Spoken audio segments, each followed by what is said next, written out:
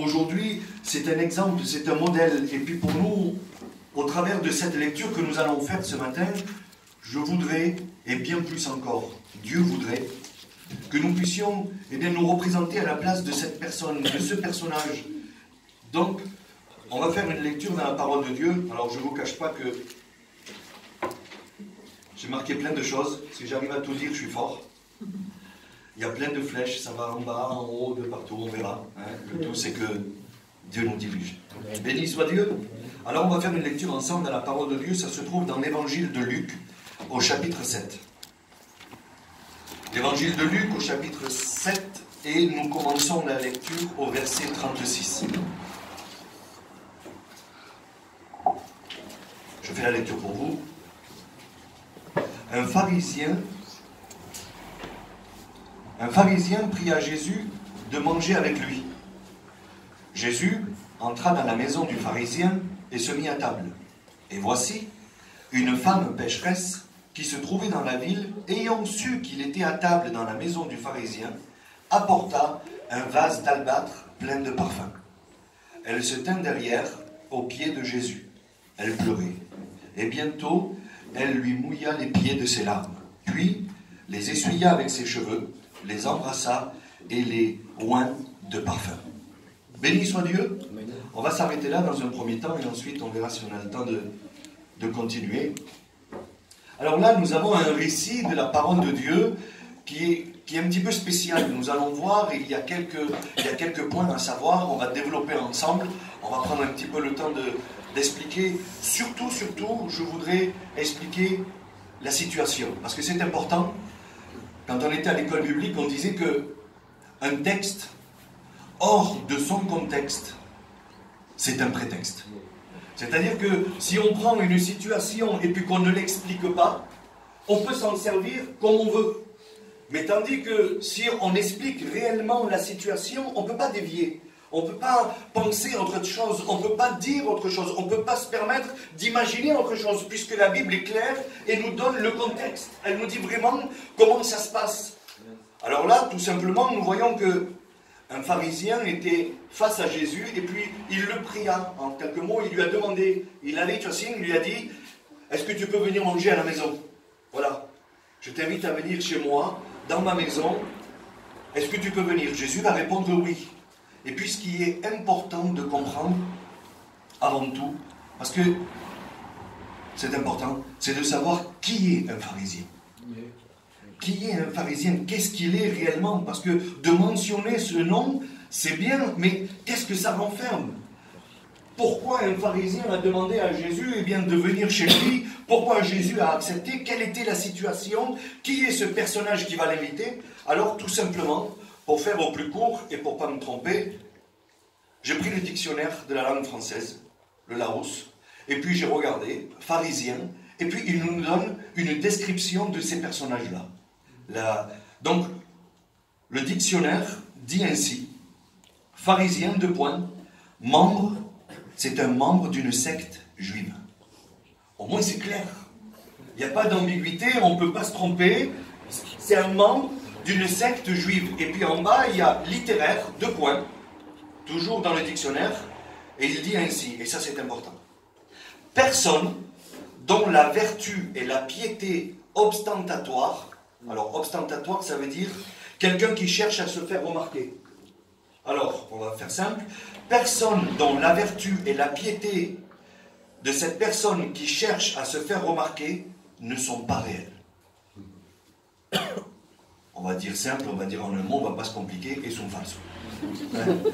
Voilà, c'est simple. Alors, c'est bien beau de se fier au dictionnaire Larousse. Mais moi, je voudrais entendre Jésus. Qu'est-ce que Jésus dit de ces personnes-là? Parce que, excusez-moi de vous dire ça, mais il est beaucoup plus important de savoir ce que Jésus lui-même pense de ces personnes-là que le dictionnaire. Alors, j'ai trouvé un verset dans la parole de Dieu. Ça se trouve dans l'évangile de Matthieu, au chapitre 23,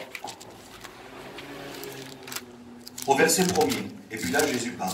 Et puis là, c'est pas pareil. Regardez ce que la Bible dit. Matthieu, chapitre 23, verset 1er.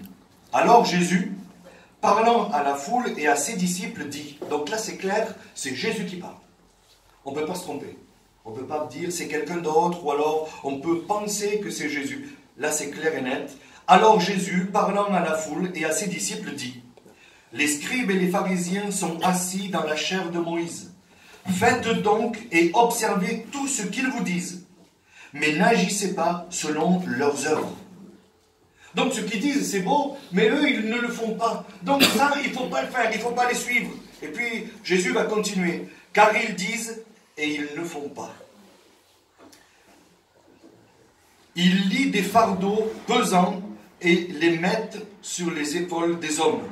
Mais ils ne veulent pas les remuer du doigt. Ça veut dire qu'eux, ils ne font rien. Ils ne font rien du tout pour secourir les personnes. Ils font toutes leurs actions pour être vus des hommes.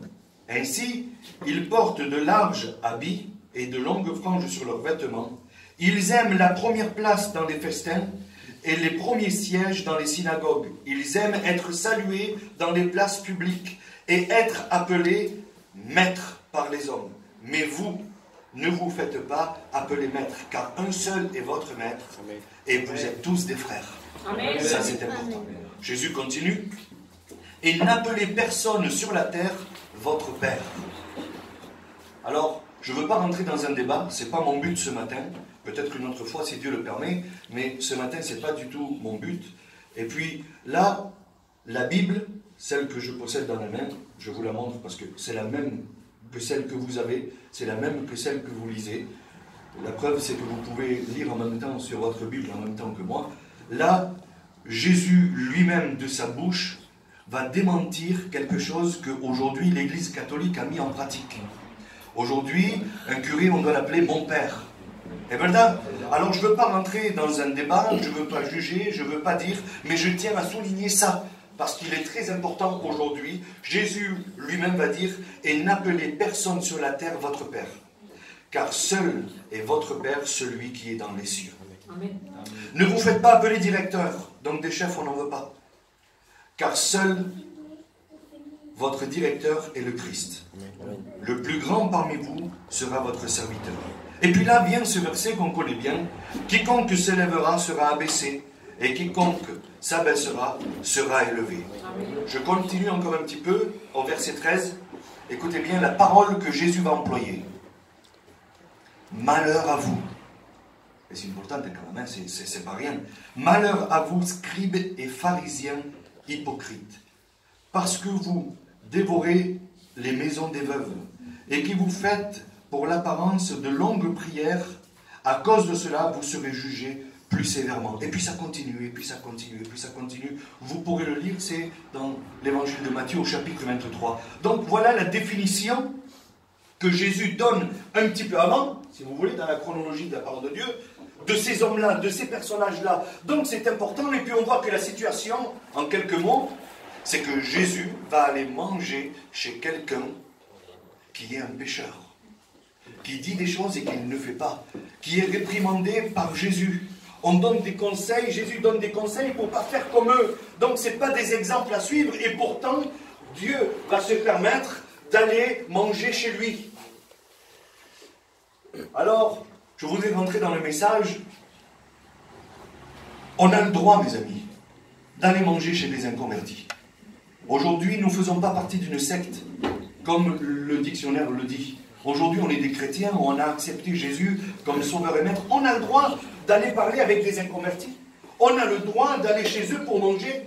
On a le droit de pouvoir passer un moment avec eux. Ce n'est pas interdit, Jésus ne nous l'interdit pas. La preuve, c'est que lui, il y est allé. Mais mes amis, dans quel but il y est allé? Dans quel but? Excusez-moi, est-ce que vous pensez que c'était pour se divertir un petit peu? Est-ce que c'était pour dire, bon, mais avec les chrétiens, je suis obligé d'avoir un comportement, je suis obligé d'avoir une position, un témoignage, alors c'est un petit peu ennuyeux, ça commence à me fatiguer, alors je vais aller vers les païens un petit peu, je vais sortir le soir, aller vers eux, j'emploie ces mots-là, je ne veux pas être maladroit, mais faire une partie de boule, passer un moment, et puis me divertir un petit peu, et puis faire un petit peu comme je veux, me lâcher un petit peu. C'est pas du tout la pensée que Dieu veut nous donner ce matin. On a le droit d'y aller, mais pour apporter la lumière de Christ. Amen. On a le droit, et je vais aller même un petit peu plus loin, on se doit Car Dieu lui-même va dire, arrachez les âmes de l'enfer et apportez-les à la lumière. Arrachez les âmes des ténèbres. Donc, il faut aller les chercher. Il faut aller les chercher. Il ne faut pas simplement... C'est bien de prier pour ces gens-là. Il n'y a pas de problème. C'est bien de prier pour ces gens-là. Mais l'œuvre ne se fera pas que comme ça. La Bible dit que la foi sans les œuvres est une foi morte. Donc c'est bien de prier parce qu'on croit que Dieu peut le faire, mais il faut y aller. Il faut qu'on puisse mettre en pratique, il faut qu'on puisse faire des œuvres, alléluia. Et puis à ce moment-là, apporter toutes ces personnes à la lumière de Christ, non pas pour se faire un petit moment de plaisir, mais on se doit de propager la bonne nouvelle. Amen. Amen. Amen. Jésus revient. Amen. Et il y a un moyen de salut pour quiconque veut l'accepter. Pourquoi j'ai introduit mon message comme ça? Ben justement parce que l'histoire que nous allons lire, c'est spécial, celle qu'on a lue, celle de la femme. Je vais le relire. Elle a pu venir vers Jésus parce qu'elle a entendu parler. Parce qu'on lui a dit. Regardez, je fais la lecture de nouveau, je ne sais pas si je l'ai déjà lu, mais j'aime bien le relire. Luc, chapitre 7, verset 36. Un pharisien pria Jésus de manger avec lui. Jésus entra dans sa maison et se mit à table. Et voici, écoutez, et voici une femme pécheresse qui se trouvait dans la ville, ayant su qu'il était à table dans la maison du pharisien. Donc, ça a été là. Elle l'a su. Elle l'a su. Alors, je ne voudrais pas brûler les étapes, mais l'état de cette femme, la Bible nous le mentionne, c'est clair. Elle était pécheresse. Elle était privée de la gloire de Dieu. Il n'y avait pas de soucis. Elle vivait dans le péché. Et puis, elle va entendre que Jésus était dans un endroit. Alors, c'est personnel. C'est ma déduction personnelle. Là, ce n'est pas la Bible qui le dit. C'est ma déduction personnelle. Elle devait chercher Jésus. Elle avait entendu parler de Jésus. Et puis, elle prêtait l'oreille. Elle essayait d'écouter où il pouvait être, parce qu'elle avait besoin de le rencontrer. La Bible mentionne bien qu'elle était pécheresse. Donc, elle avait reconnu son état. Son état était clair aux yeux de tout le monde. Elle était pécheresse. Elle était pointée du doigt. Parce que si vous continuez avec l'histoire plus bas, le pharisien en question qui invite Jésus chez lui va décider, mais si simplement Jésus saurait quelle espèce de femme c'est. Donc, elle était pointée du doigt. Elle était catégorisée dans le mauvais endroit, si vous voulez. Elle était redevable, elle était coupable, elle était condamnable. Mais elle, ayant su que Jésus était dans cette maison-là, elle avait un besoin terrible. Elle avait un besoin terrible de venir vers Jésus. Alors, comme je vous ai dit, c'est ma pensée. Elle aurait pu tomber au hasard sur une discussion. Mais si elle tombait au hasard dans une discussion, elle n'aurait pas eu le comportement qu'elle a eu. Premier point qu'on va voir ensemble. Cette personne-là, elle apprend que Jésus était dans cette maison-là, et puis elle va avoir une réaction terrible qu'on voit que ce n'est pas dû au hasard. Il y a eu quelque chose de réfléchi, il y a eu quelque chose qui s'est passé, parce que la Bible dit qu'au moment où elle va savoir que Jésus était dans cette maison-là, elle ne va pas y aller direct. Elle va rentrer chez elle. Elle va aller chercher un vase. Le vase d'albâtre qui est là en question, plein de parfums. Et puis ensuite, elle va aller à la rencontre de Jésus. Si tu m'aurais dit que c'était sur un coup de tête, en mettant « Ah, mais il y a Jésus là-bas, mais j'y vais », elle aurait été comme elle était. Je vous le dis en vérité, le vase d'albâtre qu'elle tenait dans la main, c'était toute sa vie. Je vais vous expliquer pourquoi après. C'était toute sa vie. Elle ne pouvait pas se promener comme si rien n'était avec ce vase sur elle. C'était pas possible. Ça coûte beaucoup d'argent, et puis vous allez voir le pourquoi. Elle ne pouvait pas se promener avec ça sur elle. C'était pas possible. Donc, elle a eu cette réaction. Elle a su que Jésus était là, et elle s'est dit, je vais y aller, mais je ne vais pas y aller les mains vides. Elle est rentrée, et elle a pris ce vase-là. Alors, on va expliquer un petit peu d'où vient ce vase, parce qu'il faut comprendre le contexte. Je suis un petit peu long peut-être pour rentrer dans le message, mais on a encore un petit peu le temps. Le contexte, c'est que le pharisien invite, c'est une maison où règne le péché, c'est comme ça, où règne la perdition. Pourtant, Jésus se trouve là, et puis il y a une femme qui apprend que Jésus était là, elle va chez elle et elle prend ce vase-là. Alors, Cette femme était juive. Dans les traditions juives, et ça, si vous ne le saviez pas, ça va être une grande bénédiction, parce que quand je l'ai découvert, j'ai été grandement béni. Dans les coutumes juives de l'époque et dans les traditions juives, quand une petite fille naissait, le jour de sa naissance, ses parents lui offraient un vase d'albâtre vide. C'était comme ça. On pourrait même dire que cette fille-là est née dans la tradition juive. On voit bien que la tradition ne fait pas le bonheur. Seigneur. Et puis, elle est née dans la tradition juive, alors ses parents ont fait comme ils font depuis, je ne sais pas combien de temps. C'était institué, c'était comme ça, et c'était pas autrement. Donc cette petite fille, elle n'a rien demandé à personne. Et souvent, quand on est élevé dans une tradition, on n'a rien demandé à personne. Souvent de fois, nous avons parlé avec des personnes. Tu es croyant? Oui, oui, je suis croyant. Pratiquant? Non, pas trop. Mais comment ça se fait que tu crois en ça? Ben, j'ai été élevé là-dedans. Mais il n'y a rien. Il n'y a rien qui se sait. On ne sait pas pourquoi. On est élevé dedans et puis c'est tout. Et puis c'était un peu la vie de cette femme-là.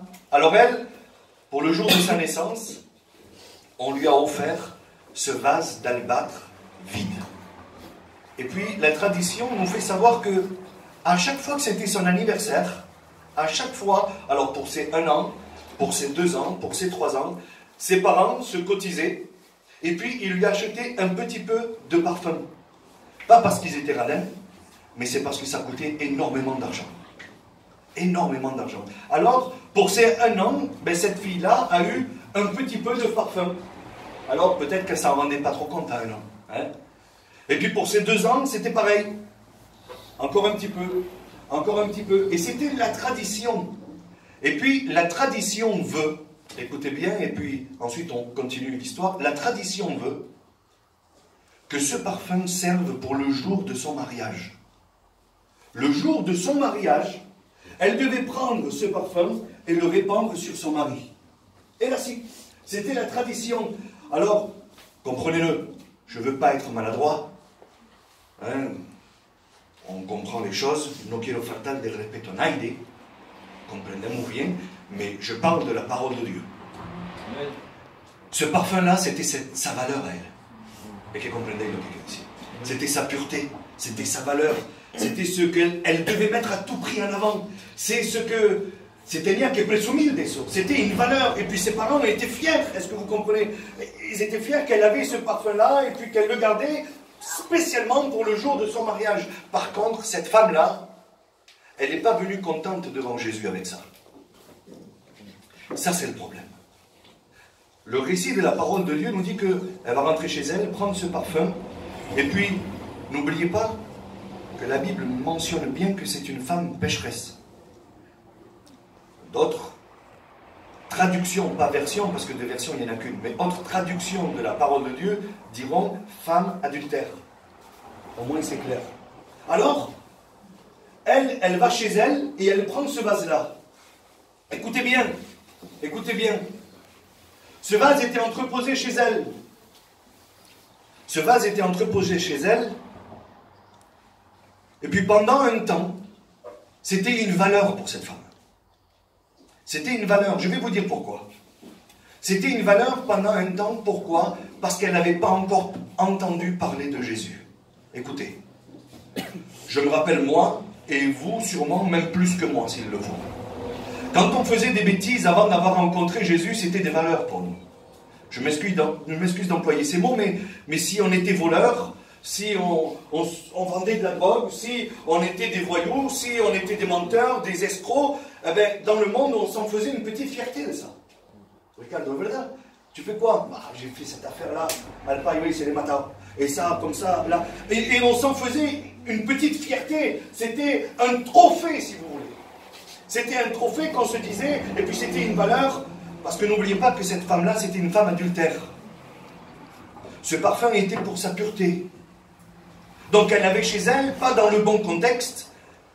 Et puis ça a duré pendant des années. Alors sûrement que ses parents, quand ils devaient rentrer dans sa chambre, vous dites voici, quand ils devaient rentrer dans sa chambre, et puis que sur l'étagère, ils voyaient ce vase d'albâtre qui était plein, elle était prête à être mariée. La Bible dit qu'il était plein. Et puis, su madre se ve que le decía, alors, no te cases, on va acheter un autre vase et on va continuer à mettre du parfum, tu vas nous ruiner. C'est pas possible. Hein? On est bien d'accord que son temps aurait dû arriver déjà. Et puis elle, sûrement, elle disait, si, décramez maman, c'est bon, on verra. Et puis elle s'en faisait une fierté. La Bible dit, va donner un détail très important, elle va dire qu'elle va essuyer les pieds de Jésus avec ses cheveux. Aucune femme, dans le temps, à l'époque de Jésus, ne pouvait sortir de chez elle avec les cheveux découverts et désattachés. Non, era impossible. Elle était fière de ce qu'elle était. Pour elle, c'était une valeur, Ricardo. C'était une femme pécheresse. On ne va pas rentrer dans les détails, mais vous avez bien compris. Et pourtant, elle en faisait une valeur. Et voilà. Elle avait ses cheveux détachés. En disant ça, elle disait à tout le monde ce qu'elle était. Et puis elle s'en foutait bien pas mal. Hein. Elle avait ce vase qui était rempli, elle savait qu'il n'avait plus aucune valeur pour elle. Pour le respect de ses parents, peut-être, elle gardait ce vase-là, mais elle n'y comptait plus. Elle n'y comptait plus. Et puis elle avait ses cheveux détachés, elle vivait comme elle vivait. Alors on peut juger cette femme. Je fais un petit point. On pourrait juger cette femme en disant, ah ben non, ben, tu vois pas la vie qu'elle a. Mes amis, rappelons-nous d'où on vient. On était pareil que cette femme-là. Je ne veux pas être maladroit, on n'était pas des femmes pécheresses, ni des hommes que ça ne va pas, mais on faisait nos bêtises aussi. On avait nos transgressions, on a fait nos fautes. On avait nos trophées dans notre pensée en croyant qu'on avait de la valeur, mais aux yeux de Dieu, c'était une condamnation. Ce n'était pas des valeurs en réalité. Si cette femme, pourtant, Seigneur, comprenez-le, que si elle prenait ce vase et qu'elle le montrait à n'importe qui, on aurait pu dire quelle valeur elle a dans le monde. Mais pour Dieu, c'était annulé. Elle vivait dans le péché. Elle désobéissait. Elle n'a pas suivi ce qu'il était marqué dans la parole de Dieu. Donc, elle avait un petit peu sa fierté. Alors, ce matin, je ne voudrais pas qu'on ait un œil de jugement sur cette personne-là, mais plutôt qu'on puisse revenir à nous-mêmes, à nos pensées, à nous. Moi, je me rappelle, il y a quelques années en arrière, je ne vais pas parler de moi ce matin, mais ce n'est pas intéressant. Mais je sais que je croyais avoir des valeurs. Je n'ai jamais été quelqu'un de spécial, mais je croyais avoir des valeurs. Hein? L'Antonio jugaba bien à la bola, cantaba muy bien, hacía muchas cosas. Il croyait avoir des valeurs, mais aujourd'hui, face à la parole de Dieu, il voit que tout ça c'est annulé. C'est vain. Et puis, ce que je voudrais que l'Église du Seigneur ce matin, parce que je parle à l'Église de Dieu, je voudrais qu'on puisse réaliser, en réalité, que les valeurs du monde, quand on les place devant Dieu, elles sont annulées. Alors, je pense qu'ensemble, ce matin, nous pouvons rendre grâce à Dieu. Nous pouvons lui dire merci, parce que dans son amour, alléluia, il est venu vers nous, il est venu nous chercher, Amen. Il est venu nous donner un moyen de rachat. Il nous a racheté à un prix que nous, on n'aurait pas pu payer, mes amis. La Bible le mentionne bien, le rachat de leur âme, hablando de nosotros, le rachat de leur âme est trop cher et n'aura jamais lieu. Il a dû donner sa vie. Alors nous, ce matin, nous sommes ici. Je ne pense pas me tromper. Église, vie, lumière sur Nice, il n'y en a qu'une ici. Allez au Cannes-sur-Mer, Saint-Laurent, Dieu a qui. Et pourtant, on y est peut-être 20 ou 25 personnes. Vous n'imaginez pas le travail qu'on a. Mais moi, je voudrais vous encourager ce matin. C'est un message d'encouragement. Je voudrais vous encourager, vous savez pourquoi? Parce que vous avez reconnu que les valeurs que vous aviez avant, une fois que vous vous êtes placé devant Dieu, ont été annulées. Et aujourd'hui, votre valeur, c'est d'être ici. Amen. Seigneur, c'est important, Agustin, tu l'as dit. Ce matin, avant de chanter le cantique, il a dit, Dieu nous aime, malgré qu'il n'osait pas le dire. Ce matin, je le dis à sa place, malgré qu'on n'est pas terrible. Malgré qu'on a plein de défauts, malgré tout ça, mais ce matin, on est là. Et moi, je voudrais t'encourager au nom du Seigneur Jésus. Continue, parce que ça vaut la peine, alléluia. C'est difficile pour tout le monde. L'œuvre aujourd'hui, c'est difficile. Peut-être qu'il y a un combat chez toi. Peut-être que le foyer est divisé par rapport aux réunions, par rapport aux pas aux réunions. Est-ce que vous comprenez? Par rapport au travail, par rapport à tes pensées. Seigneur, je vous le dis, moi, je vous encourage au nom du Seigneur Jésus. Continuez, alléluia, parce que ça vaut le coup, alléluia. Ça vaut le coup, ça vaut le coup. Vous avez su que Jésus était dans un endroit, et puis vous êtes venu vers lui de la même manière que cette femme l'a fait un jour, mais elle est venue avec un besoin, elle est venue avec une prière. La preuve est, mes amis, c'est que le comportement de cette femme face à Jésus a changé. Face à Jésus, on change. Amen. Amen. Amen. D'habitude, c'était une femme qui se mettait beaucoup à l'avant, ça. Elle n'avait pas honte d'aller où elle voulait, de dire ce qu'elle voulait. C'était une femme un petit peu comme elle voulait. Hein. Et puis là, c'est différent. Elle a su que Jésus était là-bas. Elle est allée prendre ce vase, et puis on va s'arrêter quelques minutes après là-dessus. Et puis elle est venue vers Jésus, mais elle ne s'est pas mise devant lui. Elle ne s'est pas mise devant tout le monde comme elle avait l'habitude de le faire. Là, elle est venue parce qu'elle... C'est pas au hasard qu'elle est venue là. Elle avait besoin d'être là. Et puis ce matin, si vous êtes là, c'est pas au hasard, mes amis. C'est pas parce que voilà, on s'est perdu ce matin, on ne savait pas quoi faire, on s'est levé tôt, on est venu ici, et puis voilà. Non, on a besoin d'être là. Amen, on a besoin de se placer devant Dieu. Amen. Mais il y a une manière de se placer devant Dieu. Et puis ça, cette femme, elle l'a bien compris. Parce que si devant les hommes, elle avait un caractère spécial, devant Dieu, elle va avoir un caractère effacé. Amen. On dirait même qu'elle est devenue humble dans son cœur. La Bible dit qu'elle va se mettre derrière. Elle ne va pas s'afficher. Elle va se mettre derrière. Elle ne va pas dire un mot. Et elle va pleurer. Voilà la description de la scène. Et on détaille doucement. Elle va se mettre à pleurer. La Bible dit qu'elle va pleurer tellement longtemps que les larmes de ses yeux vont commencer à mouiller les pieds de Jésus. Madre mia. Elle devait s'en vouloir. Elle a dû pleurer de tout son cœur.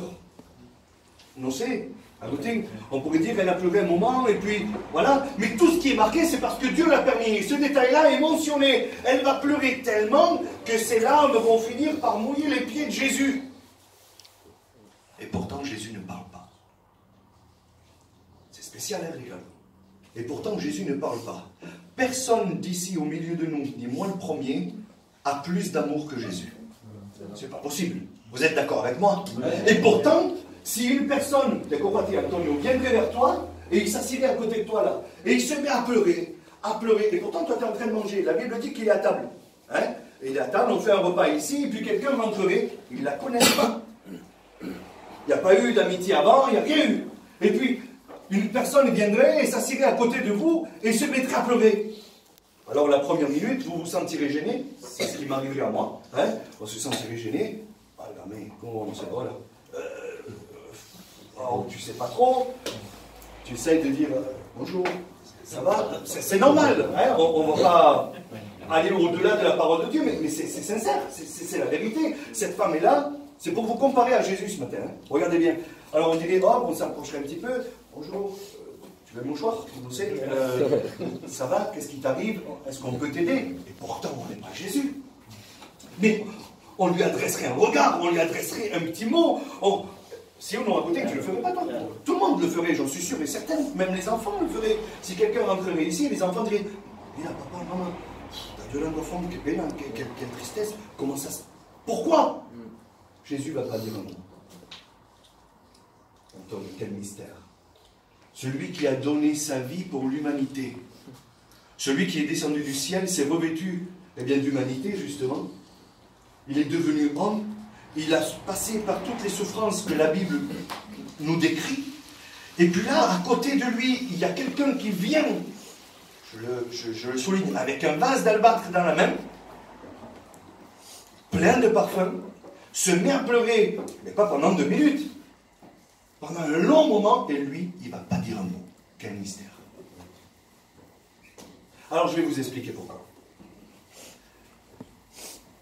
Ce que le Seigneur veut, c'est pas que les gens viennent dans les églises et qu'ils pleurent et qu'ils repartent.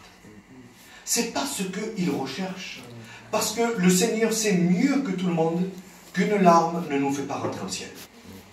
On peut avoir un moment d'émotion, on peut avoir un moment de regret, on peut regretter. Mais c'est pas parce qu'on regrette qu'on se convertit. J'ai rencontré plusieurs personnes qui assistaient à des réunions. La parole de Dieu a été prêchée, pas par moi si vous voulez. Malgré que je l'ai fait de temps en temps aussi. Mais la parole de Dieu a été prêchée, leurs vies ont été dévoilées complètement. Le Seigneur leur a parlé, mais comme jamais, presque qu'on aurait pu les appeler par leur prénom. Quelque chose de précis, quelque chose de net. Et puis pourtant ces personnes-là ont versé des larmes, ont pleuré. Et les minutes ont passé, Et on le voit, quand on est ici, on voit tout. Et puis on voit qu'il y a quelque chose qui se passe. Mais ce n'est pas pour autant qu'ils se sont convertis. Pourtant, ils ont pleuré. Alors, bien entendu, que le regret est une étape pour arriver à la conversion. j'avoue, je le laisse, je me convertis. Bueno. C'est une étape. Avant de se convertir, il faut regretter ce qu'on était. Ou sinon, on a sauté une étape et ça ne tiendra pas. Cette personne se met à pleurer tellement longtemps qu'elle va mouiller les pieds de Jésus. Et Jésus ne parle pas. C'est parce que Jésus attend quelque chose de plus, mes amis. Un regret. Je vous le dis ce matin parce que vous êtes en face de moi et puis en face de moi, je n'ai pas n'importe qui. C'est pas pour vous faire plaisir hein, que je dis ça. C'est parce que la Bible le dit. En face de moi, j'ai l'Église de Christ. Amen. J'ai des chrétiens qui ont été rachetés à un grand prix, Amen. qui ont une valeur terrible. Et puis moi je vous le dis, Jésus ne veut pas que des regrets. Regretter, ça ne fera pas de vous un sauvé. Regretter, c'est face à la parole de Dieu, quand on se regarde dans le miroir qui est la parole de Dieu, et on se dit, ah c'est vrai, ça ne va pas. Là, à ce moment, on regrette. On prend conscience de l'état où on est. Mais Jésus attend un acte après. Il attend un acte. Il attend une prise de position, une prise de conscience. C'est pour ça qu'il va la laisser pendant un moment. Et puis au moment voulu, parce que je sais que ce n'est pas toujours facile. Des fois, il faut des dizaines de réunions. Des fois, en une, ça se passe. Des fois, en un moment de prière. Non, on le sait. Chacun est différent et puis Dieu connaît tout. Mais à un moment donné, cette femme va passer à l'action. Elle va passer à l'action. Elle a compris que des larmes ne suffisent pas pour attirer l'attention de Jésus. Seigneur, des larmes ne suffisent pas pour attirer l'attention de Jésus. Excusez-moi de dire ça. Je le dis, et après je continue. Mais Jésus n'était pas pris par le repas. Non porque tenía mucha hambre que no miraba a la mujeresa. Est-ce que vous comprenez? C'est pas parce qu'il était là et qu'il avait vraiment envie de manger ou qu'il se sentait bien, qu'il se divertissait, qu'il n'a pas prêté attention à cette femme-là. C'est pas du tout ça. C'est qu'il attendait quelque chose. Elle l'a bien compris, alléluia. Alors comprenons-le ce matin. Soyons identiques à cette personne-là. Il faut qu'on se voie au travers de cette histoire parce qu'aujourd'hui ou demain, si Dieu tarde à venir chercher son Église, ça va pouvoir nous servir d'exemple. Parce qu'il y a des situations qu'on ne maîtrise pas, qu'on ne contrôle pas. On ne peut pas prévoir l'imprévu. Et impossible. L'imprévu arrive et puis il est là. À tout moment, le diable essayera de nous dévier de la route. À tout moment, le diable essayera de nous faire chuter, de nous faire poser un genou à terre. C'est son boulot à lui. Et puis ça, on ne peut pas le prévoir. On ne sait pas quand ça va arriver. Alors moi, je ne suis pas à l'abri que ça m'arrive à moi demain, Ricardo. Aujourd'hui, je vous annonce la parole de Dieu. Mais demain, s'il faut, ça m'arrive à moi. On n'est pas exempts, nous, les serviteurs de Dieu. On n'est pas des super-héros, on est des chrétiens comme vous, avec un poids par-dessus, c'est de prêcher l'évangile. C'est un poids léger, alléluia. Mais je vous dis, c'est un grand travail. Alors là, ça peut m'arriver à moi. Tirons, enseignement de ce que nous lisons. C'est-à-dire que dans les jours à venir, dans les mois à venir, si Dieu, tarde à venir chercher son Église, si tu commets quelque chose qu'il ne faut pas,